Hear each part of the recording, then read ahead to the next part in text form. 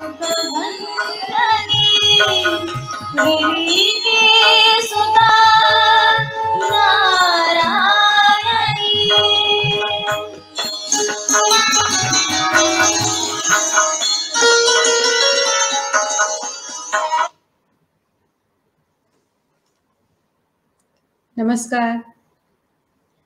नवरात्रि के 8वें दिन, 9वें दिन दोनों एक साथ चलते चलते इस 9 दिन की यात्रा में हम विजय की ओर आ ही गए। विजय तो पानी ही थी। ये 9 दिन तक अपने ऊपर पराजय से जय का सफर जो था, ये 9 रातों का सफर, ये 9 रातों में जागरण का सफर, ये 9 रातों में अंधकार के ऊपर ज्ञान की रोशनी का सफर, अपनी बॉडी को डिटॉक्स करने का सफर, अपने दुर्गुणों को जीतने का सफर। तो आज की जो देवी हैं, अष्टमी के दिन महागौरी और नवमी के दिन सिद्धिदात्री, देवी सिद्धिदात्री,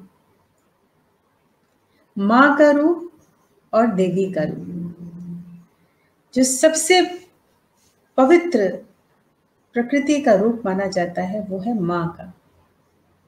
इसीलिए इस ऊर्जा को भी माँ का रूप दिया है और माँ ही देने वाली होती है, इसीलिए देवी।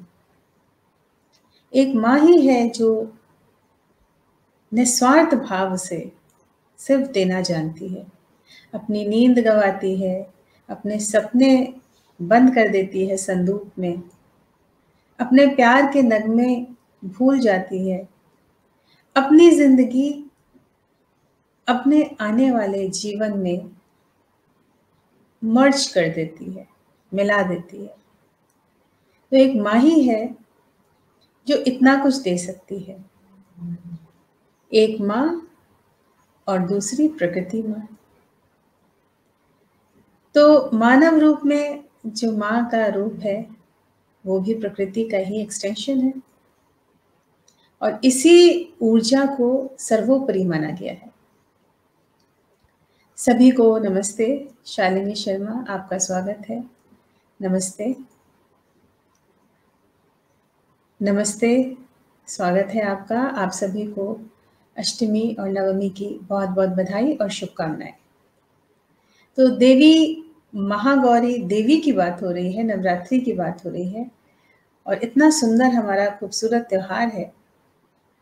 जो सबसे सुंदर समय है शरद ऋतु और वसंत ऋतु। ये दोनों ऋतुएं ऐसी हैं जब ना गर्मी होती है ना सर्दी होती है। गर्मी समाप्त हो रही होती है और सर्दी शुरू हो रही होती है। तो ना चिपचिप वाली गर्मी है, ना गला देने वाली सर्दी है। इसी मौसम में ये 9 रातें, इन 9 रातों की संधि में जो भी एडजस्टमेंट्स है, एक्लेमेटाइजेशन है बॉडी का क्लाइमेट के साथ, वेदर के साथ, उसको बैलेंस करने का एक बहुत ही अच्छा समय है। इसी के साथ मौसम रंगीन है, कुछ अच्छा काम करने को, खाने पीने का, मिलने जुलने का, तीज त्योहारों का, शादियों का, ये बहुत अच्छा अवसर है। और इस अवसर की तैयारी इन 9 रातों के उपवास, डिटॉक्स, मेडिटेशन, साइलेंस, बहुत सुंदर एक प्रयास है हमारी संस्कृति का, हमें अपने आप में to go within. So Navratri is the best time to go within. शुभ दुर्गा नवरात्रि वर्तिका आपको भी और सभी हमारे सदस्यों को। तो बात करते हैं महागौरी की। गौरी यानी गौरवर्ण। थैंक यू वर्तिका। गौरवर्ण यानी गोरा। कहीं ना कहीं भारत में इस गोरे रंग को लेके बहुत सारी भ्रांतियां हैं। भारतवर्ष तो कान्हा का रंग जो कृष्ण रंग है, गेहुआ रंग है, गेहूं की बाली का रंग है, उसका है। और गौर अगर है भी तो ऐसी कोई महत्ता नहीं है। ये जो गौर वर्ण है और गोरा रंग है, इसको बहुत हाइटन किया गया है, जिसकी वजह से एक बहुत ही खराब कुरीति हमारे समाज में व्याप्त हो गई। मैट्रिमोनियल्स में we want a tall, fair, lotus-eyed girl for our boy. Boy की ऐसी कोई परिभाषा नहीं होती है, लेकिन गर्ल के लिए होती है। कहीं ना कहीं हमारे बच्चे जो गौर वर्ण के नहीं हैं, जो गोरे नहीं हैं, जिसको जिसको एपिटमाइज किया जाता है, वो हीन भावनाग्रस्त हो जाते हैं। और हम सब इस समाज में ऐसी कुरीतियों को व्याप्त करने में, को स्प्रेड करने में रिस्पॉन्सिबल है, हमारा दायित्व है। तो यहाँ जो देवी महागौरी है, कहानी अनुसार कि जो सती रूप था, जब सती हो गई तो Shankar ji deep silence, deep meditation में चले गए। शंकर यानी कि शंकर, जब उनकी प्रकृति उनसे दूर हो गई तो उन्होंने कुछ भी उनको अच्छा नहीं लगता था, और वो बिल्कुल एकदम संन्यास ले लिया उन्होंने। लेकिन उनको उनके संन्यास से दूर करना था, उनके डीप मेडिटेशन से दूर करना था, क्योंकि उनका शंकर का एक काम है। उनके बिना तो ये सृष्टि चल नहीं सकती है, ये शरीर चल नहीं सकता है।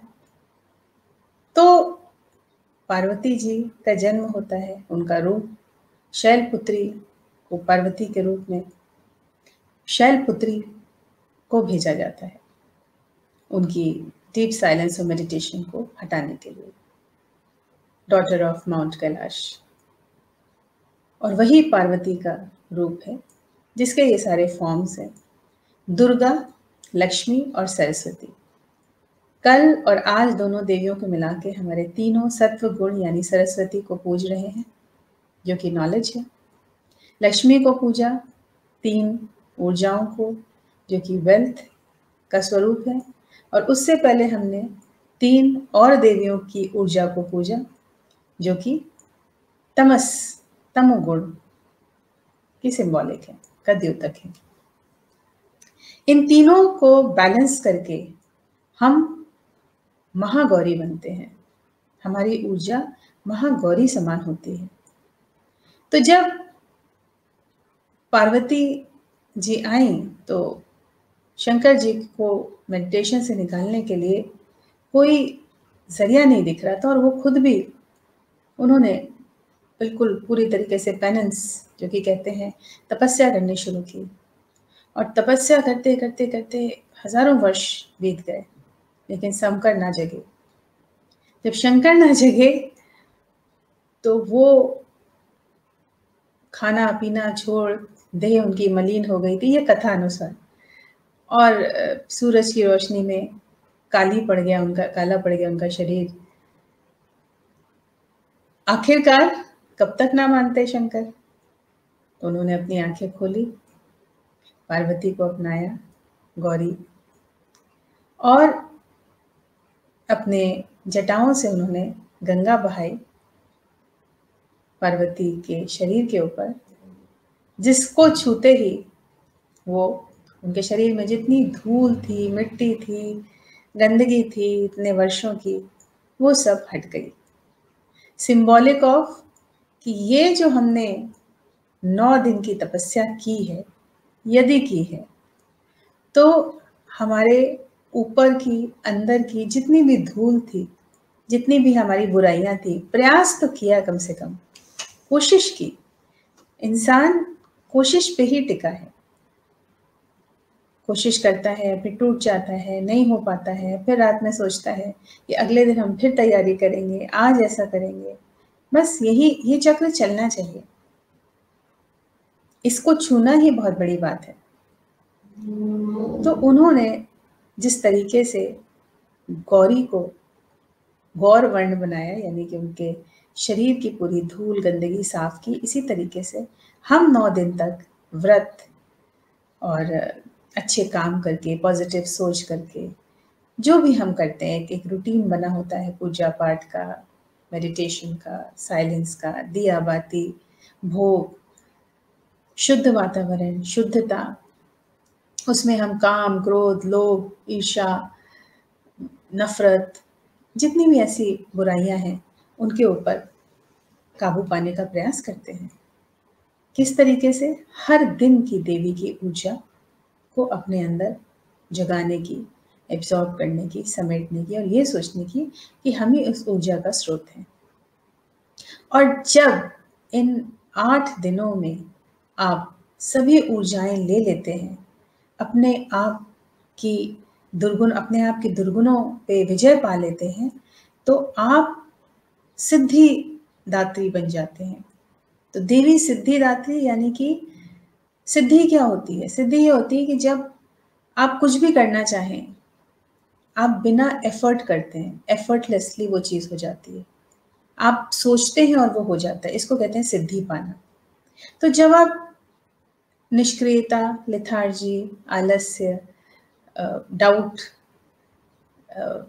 हेडस्ट्रॉन्ग, स्टबर्न, ये सारी चीज़ें, इन सब चीज़ों को हटा देते हैं अपने आप से, अपने अंदर से, तो आप अपने आप ही गौरी हो जाते हैं और उसके बाद सिद्धि पा लेते हैं। सिद्धि दात्री, देवी सिद्धि दात्री का रूप धारण कर लेते हैं। क्योंकि कोई भी आप जैसे कुछ भी सीखते हैं, कोई भी क्रिएटिव आर्ट सीखते हैं, हमारा कुकरी का ग्रुप है, कोई भी व्यंजन सीखते हैं, बनाते बनाते बनाते बनाते आपका हाथ उसमें सेट हो जाता है। एक बात होती है जो पहली बार बनाते हैं, फिर उसके बाद दूसरी बार बनाते हैं, तीसरी बार बनाते हैं, फिर ऐसा समय आता है कि आप बिना सोचे खट खट खट खट कर लेते हैं। तब तक आपने उस व्यंजन के ऊपर सिद्धि पा ली है। एफर्टलेसली काम होता है। जब हम कोई गीत गाते हैं, मैं जैसे गाना गाती हूँ, आजकल बहुत दिनों से नहीं गाया, पोस्ट करती थी, तो क्या होता है कि ऐसा नहीं है कि बस गा दिया। जब पोस्ट करने वाला गीत होता है तो उसको थोड़ा सा प्रैक्टिस करना पड़ता है। एक बार गाते हैं, 2 बार गाते हैं, उसको सुनते हैं, सुनने के बाद अच्छा नहीं लगता है तो फिर उसको प्रयास करते हैं। जब बिल्कुल लगता है कि हाँ अब पोस्ट करने लायक है, तब उसको पोस्ट करते हैं। तो तब तक जब हमने उसको मांझ लिया है तो वो एफर्टलेस हो गया, बिना किसी मेहनत के हमने उस गीत पे विजय पा ली, उस कर्म पे विजय पा ली। तो महागौरी और देवी सिद्धिदात्री का ये जो अष्टमी और नवमी का पर्व है, ये जो ऊर्जा का दिन है, इन सब को समेट के इन 9 दिनों में आप देखिए आपके अंदर कितनी चमक आती है। बहुत से ऐसे लोग होते हैं जो इंतज़ार कर रहे होते हैं कि व्रत कब समाप्त होंगे और हम अपने वापस अनाज खा पाएंगे, ठीक से खाना खा पाएंगे, नमक खा पाएंगे। अगर ये मन में है तो जैसे कहते हैं कि हमारी देवियाँ, हमारे जो ऋषि मुनि थे, किसी भी चीज़ को निषिद्ध नहीं मानते थे, चाहे वो गधा हो, चाहे बैल हो, चाहे कछुआ हो, चाहे बंदर हो, किसी भी जीव जंतु को निषिद्ध नहीं मानते थे। हर चीज़ की एक रिस्पेक्ट होती थी। इसी तरीके से यदि आपके मन में ऐसा कोई भाव आ रहा है तो उसको शैलपुत्री की तरह उसके पीक को जिएं। जब तक आप उसके पीक को नहीं जिएंगे, देखिए जब कोई चीज़ चरम पे पहुंच जाती है, जैसे कि आज चरम पे पोल्यूशन पहुंच गया है, चरम पे बैक्टीरियाज हमारे सब तरफ एनवायरनमेंट में, पर्यावरण में व्याप्त है, तो जब चरम पे पहुंच गया तो हम उसको जी रहे हैं, पोल्यूशन की तरह जी रहे हैं, और इस जीने से ही हमें सबक मिला है। तो वो चरम सीमा आती है जब हम किसी चीज की अत्त कर देते हैं, तो अत्त तक जीना पड़ता है। ये अत्त तक जीना बहुत आवश्यक है, और इसी के बाद नई जर्नी शुरू होती है, नया सफर शुरू होता है। तो ये है एक समझ, प्रैक्टिकल, जो हम बच्चों के साथ हमें डिस्कस करना चाहिए, परिवार में बैठ के डिस्कस करना चाहिए। कंजकों से और कन्या खिलाने से, और कन्या के रूप, कन्या क्यों खिलाई जाती है, चलिए ये टॉपिक तो मुझे आज कवर करना था। कन्या खिलाने का क्या अर्थ है?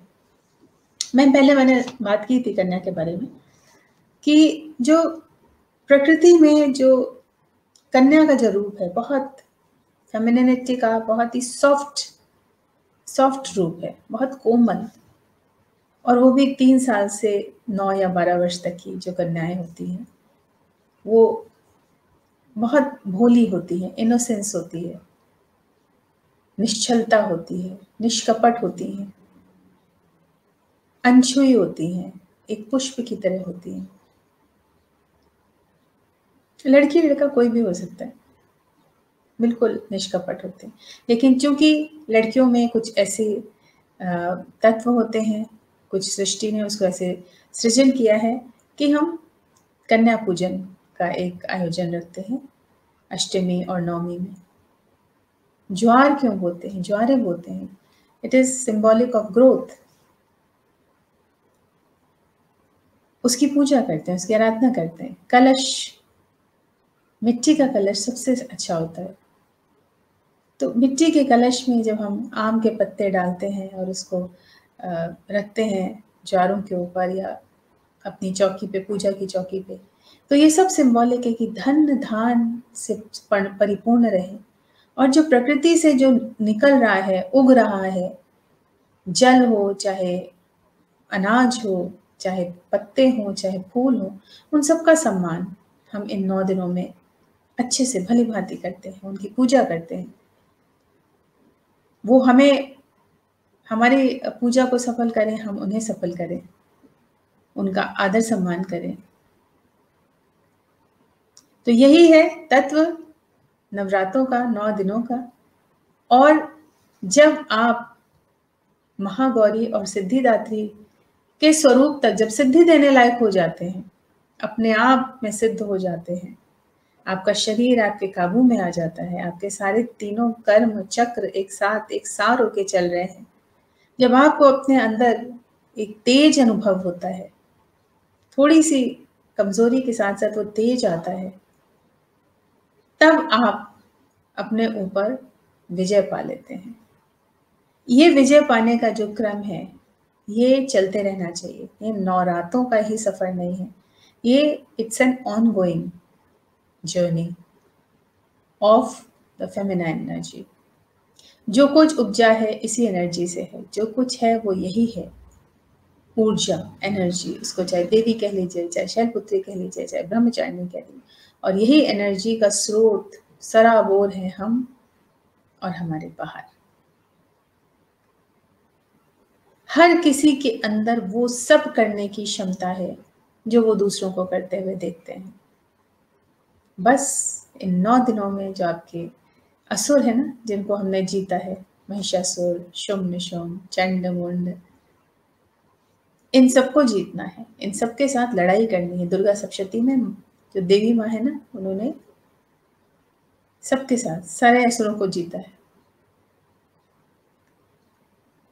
तो ये जो असुर हैं, जब इनको जीत लेंगे तो वो एनर्जी जो आप दूसरों में देखते हैं कि अरे ये कैसे करते हैं, हमसे तो नहीं होता है, आप शायद उनसे कहीं बेहतर करें, लेकिन अपने अंदर के असुर से लड़ना होगा। ये सबसे ज्यादा आवश्यक है। बिल्कुल वर्तिका और आज के परिवेश से जुड़ी हुई है और इनकी समझ बहुत आवश्यक है। ये समझना कि हम जो करते हैं वो क्यों करते हैं, ये बहुत आवश्यक है। और इसी को परिपक्व तरीके से, अच्छे से, खूबसूरती से समझाना हमारा प्रयास है। हम अपना प्रयास कर रहे हैं और आप सब हमारे साथ हाथ में हाथ डाल के चल रहे हैं, सुन रहे हैं। आप इस चीज़ को सुन रहे हैं, इसका मतलब आपके अंदर भी वो बातें प्रैक्टिकल तरीके से समझ में आ रही है। नहीं तो लोग कितने बोर हो जाते हैं। देखिए, बच्चों को बिल्कुल भी कोई इंटरेस्ट नहीं होता है, कोई रुचि नहीं होती है, सिवाय जो इसका कमर्शियल रूप है।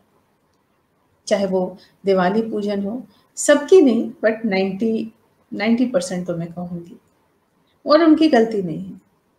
दिवाली पूजा का मतलब है गिफ्ट्स, ड्रेसिंग, एथनिक ड्रेसेस पहन ली, दिवाली पार्टी हो गई। उन लोगों को हम गिफ्ट्स देते रहते हैं जिनको उन गिफ्ट्स की कोई आवश्यकता नहीं। ड्राई फ्रूट्स भर भर के जाते हैं, खाने की भी, रखने की भी जगह नहीं है। बिजनेस कम्युनिटी में तो ये है कि मतलब जाना ही है, डिब्बे के डिब्बे बंध जाते हैं, 100 डिब्बे बनते हैं और इनके यहाँ जाना, उनके यहाँ जाना है, मतलब एक ठप्पा लगना है कि हाँ भाई यहाँ से आया, उसमें ब्रांडिंग भी होती है पूरी। It's not required. सो हम ऐसी बहुत सारी चीज़ें भेड़-चाल में करते रहते हैं जिसका कोई अर्थ नहीं है, और जिसका अर्थ है वो कहीं न कहीं इन चक्करों में उसको करने से चूक जाते हैं। ना हम न्यूक्लियर फैमिली में करें, हम अपनी ही कम्युनिटी में जहाँ हम रहते हैं वहाँ पे साझा चूल्हा का आयोजन कर सकते हैं। वहाँ हम देख सकते हैं कि कौन से ऐसे परिवार हैं या कौन सी ऐसी ऑर्गेनाइजेशंस हैं, संस्था हैं, जहाँ पे हम लोग एकजुट होकर जाएँ और इन त्योहारों को उनके साथ सेलिब्रेट करें। तो आज के समाज में जो इतना बड़ा सेग्रीगेशन है of haves and have nots, haves not, इसको पाटना है, इस गैप को हमें खत्म करना है। हम कौन होते हैं किसी को देने वाले? मैं देखती हूँ कन्याएं हैं, सुबह से लेकर रात तक बेचारे सड़क पे हैं, गार्ड उनको ऐसे कचरे की तरह अंदर भेज रहे हैं, चिल्ला रहे हैं, चिल्ला चिल्ली मच रही है, बस उतनी देर की उनकी रिस्पेक्ट है जितनी देर उनको ये खिलाना है, प्रसाद खिलाना है। उसके बाद जयराम जी की। So we have to make our lives meaningful, अर्थपूर्ण जीवन जीना है with a vision and a mission. And this mission is कि हम अपनी संस्कृति के बारे में सब कुछ जानें और उसका सही स्वरूप समझकर पहले तो अपने जीवन को सुधारें, सही करें, और उसके बाद जब हम सही हो जाएंगे तो एक बहुत बड़ा हमारे अंदर आत्मसम्मान आता है, आपके अंदर आत्मविश्वास जगता है, और आप उस आत्मविश्वास के साथ आपको किसी की वैलिडेशन की आवश्यकता नहीं होती। कोई आपसे ये कहे कि आप सही कर रहे हैं या नहीं कर रहे हैं, वो फिर आप उस ऊर्जा का आपके ऊपर हाथ होता है और आप चलते जाते हैं सही मार्ग पर। तो आज बस इतना ही। कल इस पूरे नवरात्रों का जो हमने एक जर्नी की है, एक सफ़र किया है, उसका सार निचोड़ आवश्यक है, और सभी सदस्य अगर जुड़ेंगे तो कुछ अच्छा सा एक समारोह की तरह हम उसको सेलिब्रेट करेंगे। सब लोग अच्छे सुंदर साड़ी पहन के जो भी हैं बैठें, अपनी फ़ोटो डालें ग्रुप में, और जो लोग मेरे साथ यहाँ पे जुड़ना चाहते हैं मैं उनका स्वागत करूँगी, यहाँ आए। अच्छा लगेगा। यदि आपके पास कोई आइडियाज़ हैं, कोई विचार हैं तो ज़रूर साझा करें। हैप्पी दशहरा, शुभ विजयदशमी। कल मिलते हैं कुछ देर के लिए, थोड़ा जल्दी मिल लेंगे ताकि आप सब दशहरे में अपने परिवार के साथ, सुख समृद्धि के साथ, अच्छे विचारों के साथ, सकारात्मक सोच के साथ जीवन व्यापन करें। Thank you very much. बहुत बहुत धन्यवाद।